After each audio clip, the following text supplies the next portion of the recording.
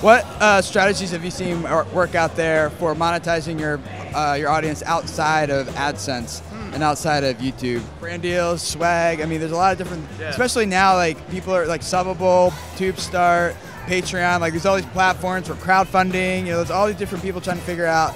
Like AdSense isn't cutting it. You want to create content that's more brand friendly for you. So whatever you, I mean, and also too, you got to be aggressive. I think the one thing that I should have been doing is like, hey, you know, I'm making this cool video. Would you like to put your name behind it? I love this device so much that I reached out to the company a year and a half ago and asked them, would you be interested in doing a contest on my channel so I could give away one of these, and they were all for it. We kind of did it the backwards way. We started out with something that was already making money, not on YouTube, and then we started doing YouTube after that. Oh, okay. Yeah. So right now, for Robert's channel, we use YouTube to drive our traffic to our site. So we actually have a membership site called the RobertJonesBeautyAcademy.com. We built the web end of it before we ever went to YouTube. YouTube is a secondary thing for us. So I think you need to look at all your revenue sources before you jump in. And if you're already in YouTube, look at the kind of audience that you have and what items that they really want, and if they can use your education or your products or whatever it might be, and then build you a membership site or a continuity site that will fit that, because that residual income, you just can't beat it. I would say don't make sure it's a product that you're passionate about. Make sure it's a product that you feel like they really need. Don't just do a product to make money.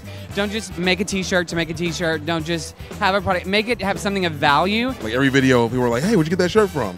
So I started making my own shirts, or like making my own little like small like level of merchandise, and just kind of wearing the videos. They asked me where I got it from. Well, it's a link in every video and every description. Go there, check it out, and they'll buy it, and you'll wake up one day, you have more money there than you have in AdSense. Is that working out pretty well for you? Oh yeah, big time. Like, yeah, I'd rather almost like do t-shirts than YouTube right now. Monetizing outside of YouTube is actually better than my monetization in YouTube for me personally. And I don't know, this doesn't necessarily work for any niche, but something that if people don't know about affiliate marketing, it's something you definitely want to jump into. So it's pretty simple to set up an Amazon affiliate account and say, hey, if you're interested in this product, there's links in the description below.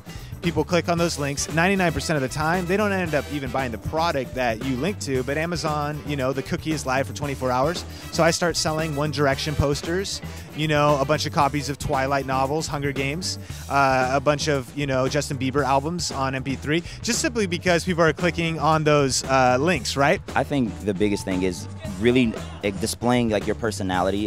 Brands are looking for personable people and personable channels rather than just the content itself. So don't be afraid to kind of like step outside of your content, let your fans, your viewers know who you are, and also kind of learn who they are, because that's what a brand is looking for. They want to know who they're advertising to.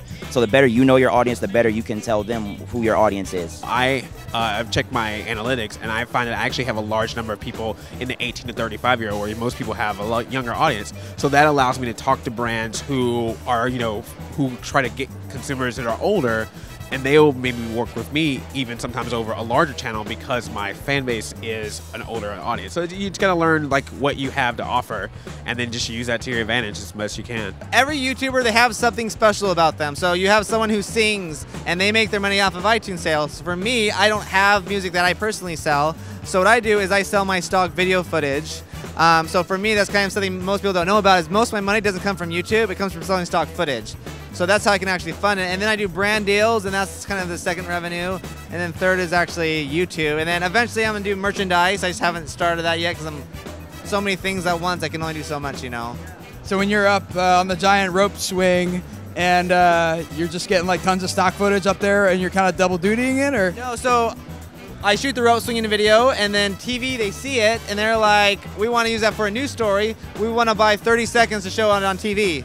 Or Mountain Dew sees something, and they're like, we want to use that for a commercial. Can we buy 20 seconds? So that's kind of how it works. In the link below, there's a affiliate link for this hat. Yeah. You could buy this on Amazon. I actually don't know if that one's available. Would someone buy this shirt right here? Would anyone buy that? Oh, they would? I'm thinking about it right now.